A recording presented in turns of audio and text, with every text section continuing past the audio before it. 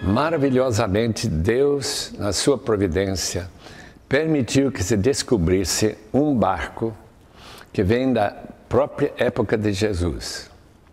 Ainda que se chame esse barco, Barco de Jesus, não é muito provável que fosse ele mesmo que andou nesse barco, mas que foi descoberto um barco tão semelhante àquele que nós encontramos no capítulo 21 de João, é para admirar. Conhecem bem a história. Pedro, os discípulos, e agora pela primeira vez vão aparecer os filhos de Zebedeu, por nome, filhos de Zebedeu, não Tiago e João, como nós conhecemos dos outros evangelhos, saem junto com Tomé e outros para pescar. Por que estão pescando? A razão, aparentemente, é que eles ainda não foram comissionados por Jesus, não tinham recebido ainda esse poder do Espírito Santo do Atos 2. Portanto, ao sair para pescar, estão voltando para a sua vida normal, eram pescadores.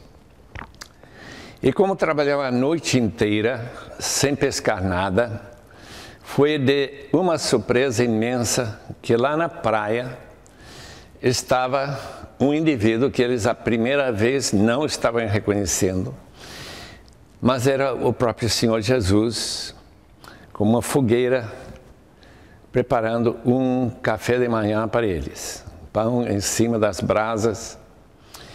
E quando ele falando para eles como filhinhos, para eles, depois de pegar nada, de colocar a rede do outro lado do barco, eles pescaram uma quantidade de peixes admirável. Com certeza não estavam esperando. 153 grandes peixes. Tanto peso que eles não podiam nem levantar para colocar dentro do barco, tinham que arrastar até a praia. E Jesus logo foi identificado como aquele que tinha falado com eles e que tinha dado essa maravilhosa, milagrosa pesca de tantos peixes. A importância dessa história está no fato de que é uma oportunidade para Jesus não somente preparar esse café, mostrando novamente esse espírito de servo, não somente ter essa conversa tão pessoal com Pedro e João, ou talvez Tiago, nós não sabemos qual é esse discípulo chamado discípulo amado, mas a oportunidade especialmente de restaurar Pedro. Foi Simão Pedro, filho de Jonas, o filho de João, que tinha negado a Jesus naquela noite terrível da traição e da prisão de Jesus. E que com tanta veemência e com tanta alta segurança, Pedro tinha dito que ele não negaria ao Senhor. A pergunta que poderia ter estado reverberando na sua cabeça seria: será que Deus me pode usar depois de eu falhar tão terrivelmente, tão horrivelmente, depois de negar a Jesus até jurando? E o que Jesus queria neste caso, diferentemente do caso de Judas, é restaurar esse discípulo para que ele pudesse utilizar as chaves que ele tinha prometido em Mateus capítulo 16, versículo 18. E que ele usasse essas chaves. Para isto, ele precisa conversar com ele e de alguma maneira recomissioná-lo para se tornar aquele pastor das suas ovelhas. A maneira que ele faz é a seguinte: faz essa pergunta nesse café de manhã de peixe e pão: Simão, tu me amas? A palavra que Jesus usa é a palavra agapao. Pedro, interessantemente, usa a palavra filéu. Se João, em escrever seu evangelho, queria distinguir entre as duas palavras, não está claro. Os comentaristas não podem decidir se realmente deveríamos notar uma diferença entre essas duas palavras. A palavra agapao é a palavra que se usa em todo o evangelho para falar do amor de Deus. João 3,16, por exemplo. E Pedro não tem coragem, se for o caso, de dizer que ele ama Jesus com esse amor sacrificial, esse amor para dar sua vida para ele. Ele usa a palavra filéu, que significa eu sou teu amigo, eu gosto e eu tenho uma afeição pelo Senhor. Nesse caso, Jesus disse, cuida dos meus cordeirinhos, isto é, dessas pessoas novas na fé, aquelas pessoas que estão começando a sua vida cristã, que vai acontecer dias no futuro, quando Jesus, já exaltado à destra do Pai, em capítulo 2 de Atos, vai falar para essas milhares de pessoas no dia de Pentecoste. E 3.000 homens, mais ou menos, vão receber o Evangelho e serem batizados. Quando Pedro declara isso, deve ter pensado que se fecharia a conversa, mas de fato não fechou. Jesus pergunta novamente, Simão, filho de Jonas, tu me amas? Com essa palavra agapau. Pedro novamente responde, eu sou amigo, tenho uma afeição pelo Senhor.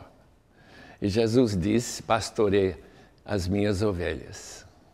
Torne pastor das pessoas, escreve cartas, como nós temos no Novo Testamento.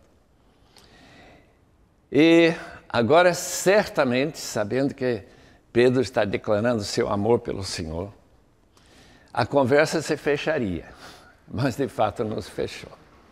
A terceira vez, e certamente, na minha opinião, é uma maneira de Jesus mostrar que, como ele tinha negado 3 vezes, ele precisava fazer essa pergunta pela terceira vez. De fato, tu és meu amigo, tu serás leal para mim o tempo todo, o resto da sua vida? E Pedro diz, já um pouco assim, confuso, frustrado, questionando por que Jesus faz a terceira vez. Senhor, tu sabes tudo, tu sabes que te amo. Sempre usando essa palavra filéu.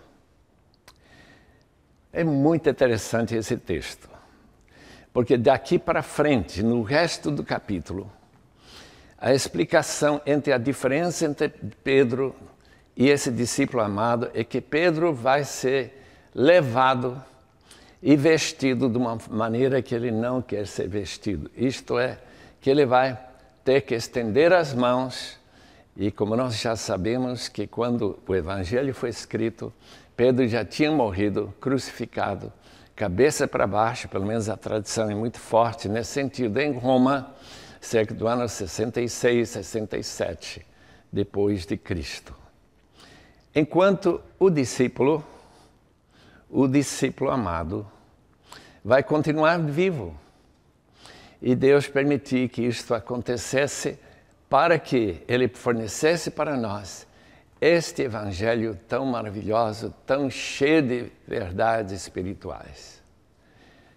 Deus tem nos dado um tremendo tesouro neste livro de João.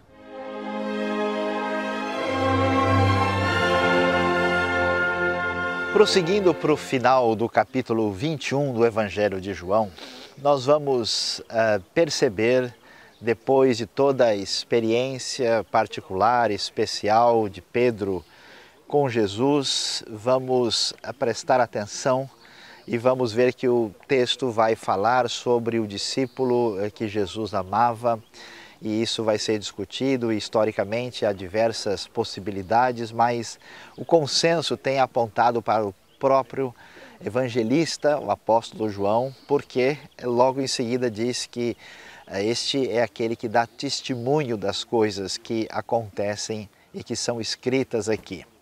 É muito interessante perceber o foco do final do Evangelho, que está muito relacionado com o que a gente vê no desfecho do capítulo 20, que vai dizer que todas essas coisas que foram escritas, e João dá um testemunho muito sintonizado com as referências de comprovar que Jesus é o Cristo e principalmente Ele é divino. E a finalidade é que todos que leem esse evangelho creiam que Jesus é o Cristo e que crendo nele tenham aquilo que João considera tão importante no evangelho, que eles tenham vida em seu nome. E ele então caminha para o desfecho e diz, é verdade, Jesus, o relato que nós temos é um relato selecionado. Aqui às margens do mar da Galileia, do lago de Tiberíades, podemos imaginar Jesus tendo andado por tantos lugares, tendo feito bem a tantas pessoas, dito tantas outras palavras que não estão registradas e nem foram. E claro, como diz João na sua linguagem metafórica, todos os livros do mundo seriam insuficientes para conter tudo que envolve aquilo que Jesus fez. Mas estes aqui estão selecionados para que todos creiam que Jesus é o Cristo. E essa palavra é a palavra fundamental no Evangelho de João. Talvez não seja tão valioso acompanhar tantas informações arqueológicas se elas não descerem ao coração. Talvez não seja tão valioso saber tanto sobre a história se de alguma forma isso não mudar a história da nossa própria vida. Portanto, a mensagem de João é uma convocação a esse crer. E como é que se manifesta esse crer? Esse crer envolve conhecer esse conteúdo da mensagem de que Cristo morreu por nós e nele nós temos vida e salvação, conforme João vai insistir o tempo todo.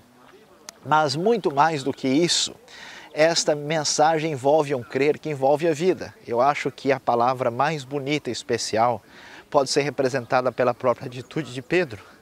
Pedro, na manhã da ressurreição, exatamente aqui nesse lago da Galileia, quando ele está lá e ele então sabe e pergunta, quem é? É o Senhor, é o Senhor. Imediatamente Pedro pega a sua capa, coisa que nem era para se fazer porque ele está parcialmente vestido, e se lança no mar e começa a nadar para encontrar o Senhor ressurreto. Eu fico a imaginar a cena, que esse crer não envolvia um conhecimento na sua mente. Agora sim, é verdade, ele ressuscitou, ele está lá. E esse mesmo Pedro, que tinha falhado tantas vezes, esse Pedro, que havia negado o próprio Senhor, chega a hora do momento de encontrar o Senhor ressurreto. E ele crê com a vida, crê com a mente, crê com o coração e se lança nas águas.